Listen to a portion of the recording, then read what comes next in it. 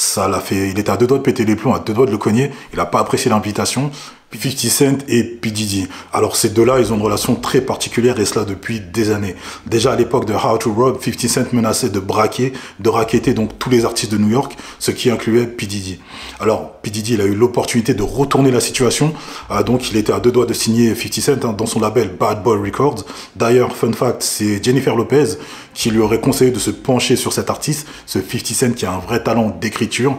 Alors ça ne s'est pas fait, et grand bien lui en a pris à 50 Cent quand on connaît la malédiction Bad Boy et ce qu'il advient des artistes, mais ça ne s'est pas fait, donc surtout à cause de Supreme McGriff, la Murder Inc. également. Supreme McGriff, donc c'est un gangster de New York qui travaillait, qui bossait, qui était ami avec Murder Inc. et qui a invectivé, menacé tous les labels new-yorkais. Ne travaillez pas avec cet artiste, ce 50 Cent, sinon vous aurez affaire à nous, à moi.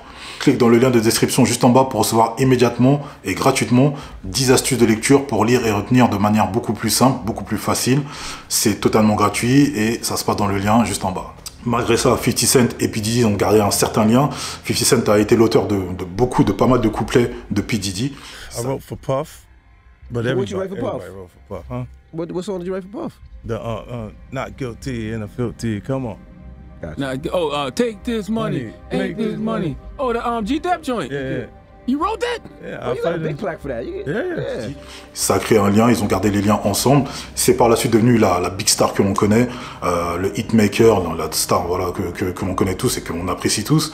Et par la suite, il s'est mis à troller très fortement P. Diddy. Alors aujourd'hui, il est de notoriété publique en fait que P. Diddy serait bisexuel, voire homosexuel.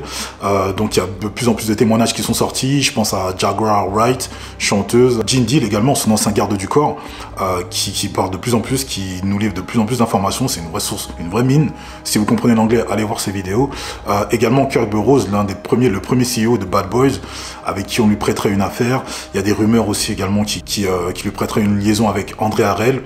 Bref, il s'agit en aucun cas d'abord de fustiger son orientation sexuelle, de stigmatiser son orientation sexuelle. Et quand on est en tant soit peu objectif, avec un peu de bon sens, on comprend qu'il n'ait pas voulu marketer cet aspect-là de sa vie, en fait, dans le monde du hip-hop. Mais ce troller de 50 Cent, lui, il n'en a pas loupé une pour remettre une pièce dans la machine et ajouter du ramoud en fait aux rumeurs d'homosexualité. À l'occasion de la sortie du film Criminal Squad, le casting du film va faire la promotion dans l'émission The Breakfast Club. Et le casting, j'entends Gerard Butler, Hoshi Jackson, fils d'Ice Cube et également 50 Cent. Donc dans cette émission, Charlemagne da God est présent et il a l'habitude de poser des questions assez piquantes, de mettre les invités dans des postures pas simples à s'en démêler. Et il va pas hésiter à demander à 50 Cent pour quelle raison il a qualifié P. Diddy de gay.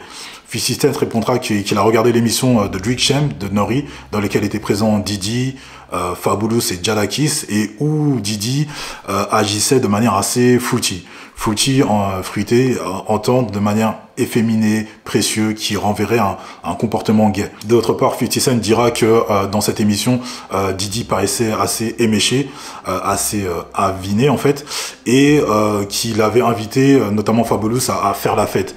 Alors, on peut comprendre donc faire la fête en club, hein. P. Diddy c'est un clubbeur depuis des années, il a énormément communiqué sur cet aspect-là de sa personnalité, il fait la fête, il aime ça, mais d'autres pourraient le comprendre comme faire la fête de manière privée, une troisième mi-temps, de manière privée dans une chambre en fait. Alors le casting en fait présent était assez gêné, ça a foutu un petit malaise quand même à ce moment-là. 50 Cent racontera une autre anecdote en fait, P. Diddy l'aurait invité à aller faire du shopping ensemble comme si c'était sa girlfriend, comme s'ils sortaient ensemble. Ça l'a fait, il était à deux doigts de péter les plombs, à deux doigts de le cogner, il n'a pas apprécié l'invitation. P. Diddy se serait défendu en disant que je suis un mec sympa, je vois que ça fait des années qu'il a le même look, je voulais qu'on passe un bon moment ensemble en faisant du shopping. On y croit, on n'y croit pas, dites-moi ce que vous en pensez. Alors après cela, 50 Cent fera de nombreuses autres sorties concernant Diddy et son orientation sexuelle, accusant notamment James Cruz, ingénieur du son et accessoirement oncle de CJ, l'interprète de Whoopty, d'avoir eu une relation en fait avec Diddy. Aujourd'hui, il semblerait que la relation entre les deux bonhommes soit plutôt apaisée, soit plutôt cool, et preuve en est puisque 50 Cent dans l'un de ses shows, Power Book of Cannon, a embauché l'un des fils Diddy, Quincy, qui interprète le rôle d'un producteur de musique, et je pense que c'est une forme de clin d'œil ou bien une mise en abîme en fait de la vie de Diddy. Vous dites-moi ce que vous pensez de la relation qu'ils ont, que les deux entretiennent, quelle est votre opinion sur leur rapport, commentez et on se retrouve très bientôt.